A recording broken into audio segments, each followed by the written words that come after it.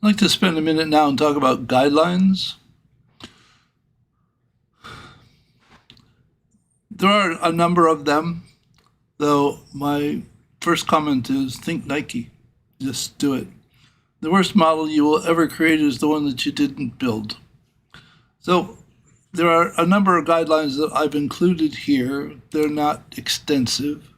I also included the process that I use to create all my models, which is also on the main page here in a better form called it's out on a website someplace.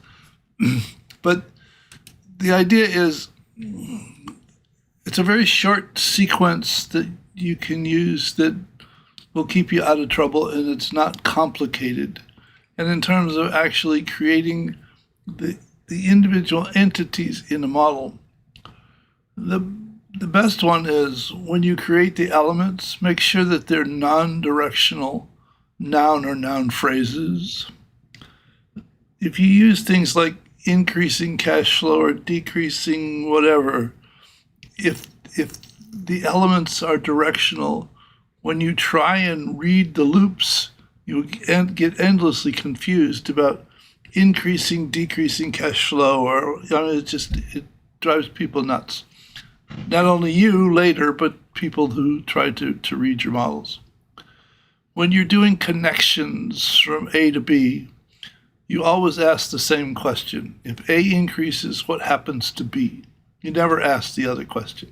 You're simply thinking about it in A direction, so that if A increases, what happens to B? And then you look at the relationship to say, if A increases, what happens to B? B can either increase or decrease. If it doesn't do either, then there's no relationship. So you select whether or not you tell it that it adds to same, which is a plus, or subtracts from opposite, which is a minus. And you can use whatever choice you want. There are types provided for both of them. Oftentimes, the connections themselves are ambiguous. If somebody draws a connection between student and school, what did they mean? It could mean dozens of different things. So it's good to label the connections to remove ambiguity, and where appropriate, actually add comments to the connection itself. Always include and document the labels. Then if you don't, the model's not done. In other words,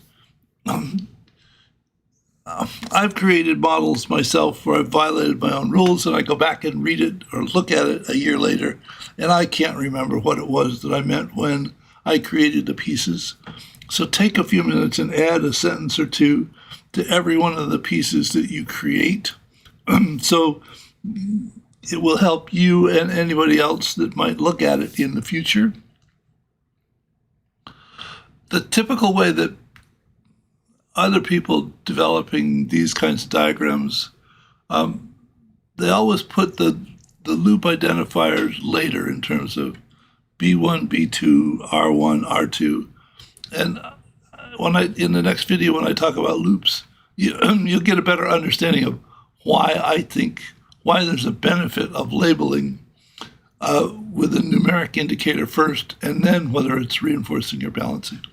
And because you can do automatic storytelling in the template when you do that. And I said before that you can add delays by clicking an element and then clicking the tool over here. If you click the element, there's an option here for indicating delay. And if you want to get, in other words, if you are here, you want to get back to the main page, but we were on the guidelines page.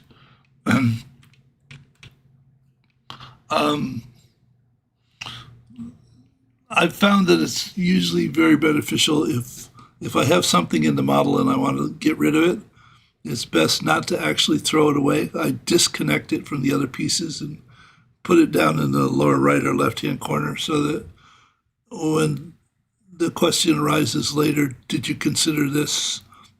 You have have the element and you have a note on it as to why you took it out of the model. So just document, think about other people that might be interested in understanding your thoughts later, and add breadcrumbs for them to follow. So that's about it for guidelines. And as I said, think Nike, just do it.